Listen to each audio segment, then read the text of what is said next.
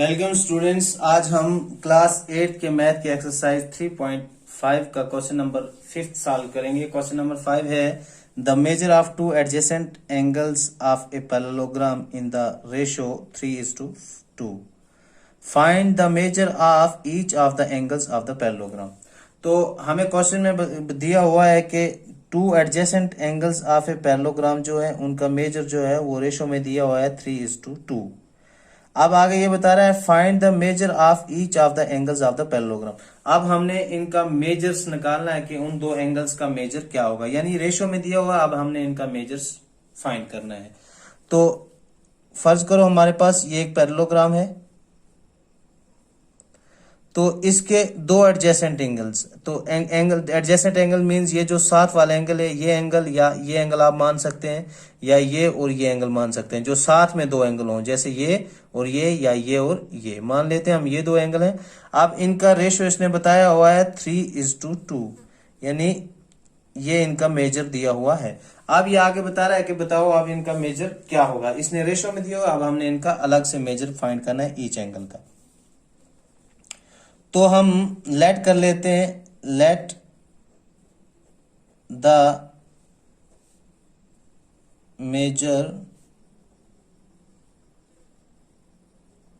Major of each angles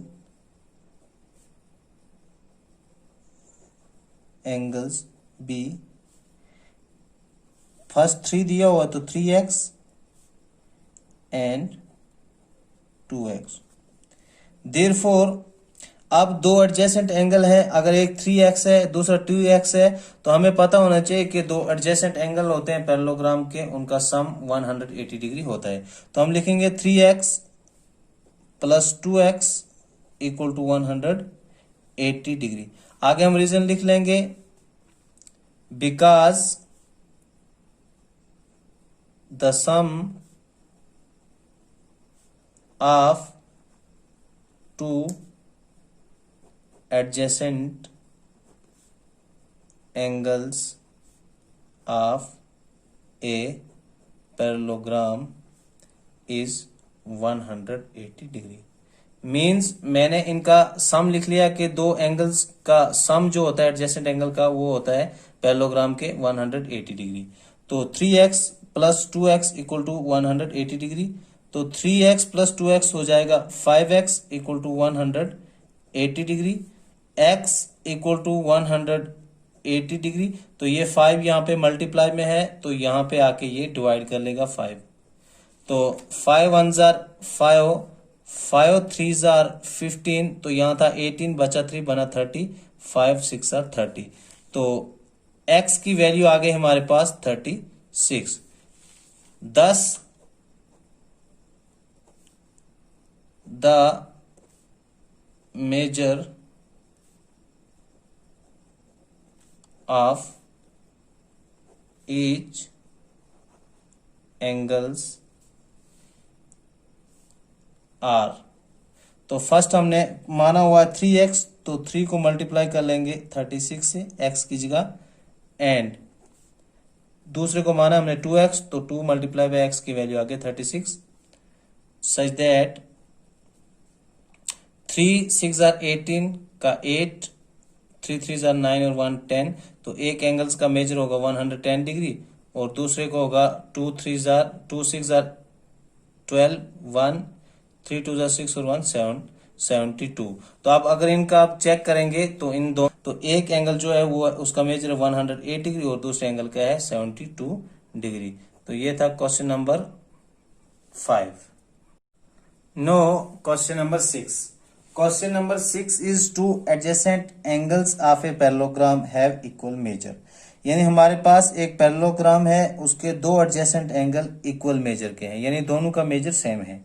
find the measure of each of the angle of the parallelogram. अब हमने बताना है कि उन एंगल्स का मेजर क्या होगा।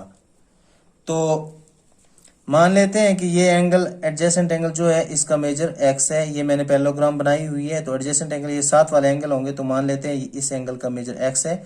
तो फिर इसका जो ये एडजेसेंट एंगल है इसका मेजर भी x होगा। तो हम लिख करेंगे let the measure of each adjacent angles भी x। हमने लेट कर लिया कि ईच एडजेसेंट एंगल का मेजर जो है वो x है। देयरफॉर अब हमें पता होना चाहिए कि पैरेललोग्राम के जो एडजेसेंट एंगल होता है उनका सम 180 डिग्री होता है। तो हमने कर दिया x plus x equal to 180 degree. आगे हम रीजन लिख लेंगे, because the sum of two adjacent angles of a parallelogram is 180 degree. यानी कि जो दो एडजेसेंट एंगल होते हैं पैरेललोग्राम के उनका सम 180 डिग्री होता है। तो मैंने यहाँ पे किया है x plus x equal to 180 degree. तो अगर हम x और x को ऐड करेंगे तो बनेगा 2x equal to 180 degree. x equal to 180 degree divided by इस 2 से हम डिवाइड कर लेंगे। तो 2 1 जार 2, 2 9 जार 80, 2 18, 2 0 जार 0। तो x की वैल्यू आ गई हमारे पास 90 degree. thus the measure of each adjacent angles of the parallelogram is 90 degree answer. तो ये था question number 6। No question number 7। Question number 7 is the adjacent figure HOPE is a parallelogram. यानी ये हमारे पास फिगर दी हुई है HOPE, ये एक पैरेललोग्राम है। Find the measure of x, y and z। State the property use to find them. यानी question में आगे बता रहा है कि अब इसके आपने जो ये एंगल्स दिए हुए हैं x, y और z, इनकी वैल्यू हमने फाइंड करनी है। आगे ये बता रहा है कि state the property you use to find them. अब हमने इन यानी एंगल्स को फाइंड करने के लिए जो प्रॉपर्टी यूज करेंगे वो भी हमने लिखनी है। तो इसमें अगर आप देखेंगे तो हम सबसे पहले x की वैल्यू फाइंड करेंगे। तो x की वैल्यू हम कैसे फाइंड कर सकते हैं, तो आपको पता होना चाहिए कि पैरेललोग्राम के जो अपोजिट एंगल होते हैं, मींस एंगल E और एंगल O, इस तरह से एंगल H और एंगल P, ये अपोजिट एंगल हैं। तो अपोजिट एंगल पैरेललोग्राम के इक्वल होते हैं। तो यानी यानी ये जो एंगल E की मेजर है x, ये इक्वल होगा इस एंगल के। तो ये एंगल यहाँ पे नहीं दिया होता है, मान लेते हैं कि हम ये एंगल 1 है। तो अब हम सबसे पहले हमें जरूरी है कि हम फाइंड करेंगे एंगल 1 की वैल्यू। तो आप देख रहे हैं यहाँ पे दो एडजेसेंट एंगल है, एंगल 1 और ये एंगल, इन दोनों का मेजर जो होगा 180 डिग्री होगा, चूंकि यहाँ पे लीनियर पेयर बन रहा है। तो हम लिखेंगे angle 1 plus 70 degree equal to 180 degree. क्यों? क्योंकि हमें पता होना चाहिए कि यहाँ पे लीनियर पेयर बन रहा है, linear pair.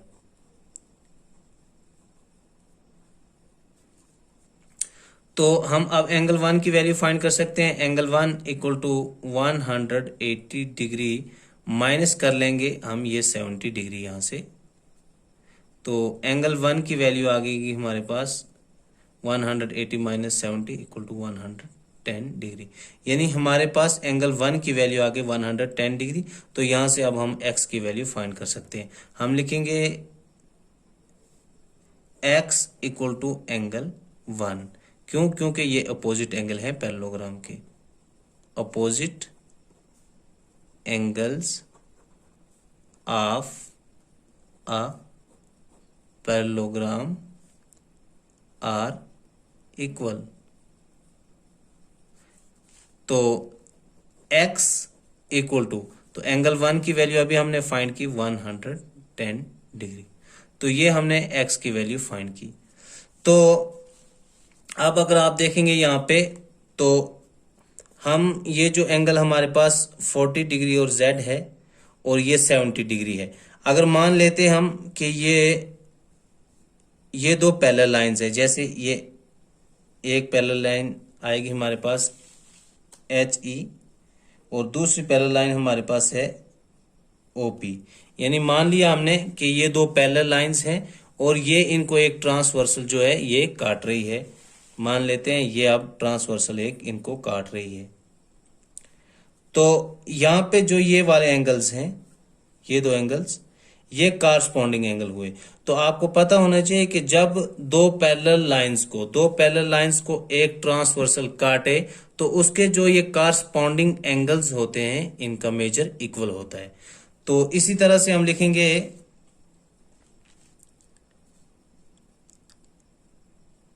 40 degree plus z equal to 70 degree, या आप यूं लिख सकते हैं एंगल EHO, यानी एंगल EHO यानी ये angle H, angle EHO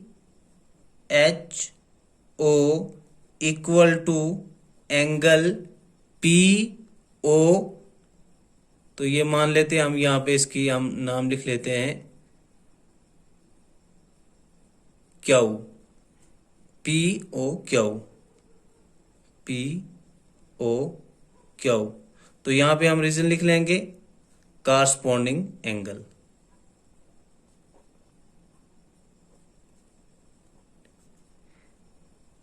angles. तो कारस्पॉन्डिंग एंगल्स इक्वल होते हैं। तो EHO की वैल्यू हमने लिख ली, यानी ये दो एंगल्स का सम करके ये एंगल बनेगा एक 40 डिग्री प्लस z। तो 40 degree plus z equal to angle POQ की वैल्यू है 70 डिग्री। तो यहां से हम z की वैल्यू फाइंड कर सकते हैं। तो हम लिखेंगे z इक्वल टू 70 डिग्री। तो ये 40 यहां से आके माइनस हो जाएगा 40 डिग्री। तो z की वैल्यू आएगी हमारे पास z इक्वल टू 30 डिग्री। तो z की वैल्यू आ गई हमारे पास 30 डिग्री, x की वैल्यू आ गई 110 डिग्री। तो अब हमने y की वैल्यू फाइंड करनी है। तो आपने पढ़ा होगा ये कि जब दो पैरेलल लाइंस हो उनको एक ट्रांसवर्सल काट रही है। जैसे ये पैरेललोग्राम है तो पैरेललोग्राम की अपोजिट लाइंस पैरेलल होती हैं। तो ये दो पैरेलल लाइंस हैं, तो मान लेते हैं कि ये इनकी ट्रांसवर्सल है। तो जब दो पैरेलल लाइंस को एक ट्रांसवर्सल काटे तो उसके जो ये अल्टरनेट्स एंगल होते हैं, जैसे ये और ये वाला एंगल, ये दोनों अल्टरनेट्स एंगल होंगे। तो अल्टरनेट्स एंगल का मेजर इक्वल होता है, means angle HPO is equal to angle PHE। तो अब angle HPO is equal to angle PHE। क्यों? अब आगे हम रीजन लिख लेंगे अल्टरनेट